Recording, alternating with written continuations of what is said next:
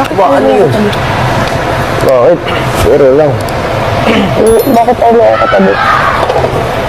Hindi, joke lang. Bakit? Hello guys, PBB ganap. JM at JP prank si Sofia. Naka-nonchalant mode nga sila kaya naman naisipan ni JM na i-prank si Sofia. Kasi sila naman talaga dalawa ang sobrang dikit na dikit sa isa't isa. Kaya prank niya ito na hindi papansinin. Tuwing nagsisalita at nagtatanong nga si Sofia ay hindi sinasagot ni JM. Pati sa pagkain ay dapat tuwing umaga ay magkatabi sila ay imbis na tumabi si JM kay Sofia pumunta ito sa tabi ni Jazz. Parang pinapaselos pa ni JM si Sofia. Si JP nga ang nakatabi ni Sofia ngunit hindi din ito nagsasalita. Nang hindi na nakatiis si Sofia ay nilapitan niya itong si JM at tinanong ayaw muna ako makatabi.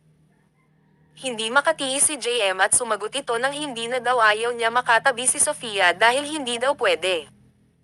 Ayun at nabuking ang kanilang prank kasi nga sinakal ni Sofia si JM sa leeg kaya napasalita ito. Grabe ang kulit talaga ng Jamefiang kahit saan kaya tuwang-tuwa ang mga fans nila ngayon dahil sa kanilang ginawa ay mas lumalim ang kanilang relationship. Ano masasabi nyo sa ginawang prank ni JM guys?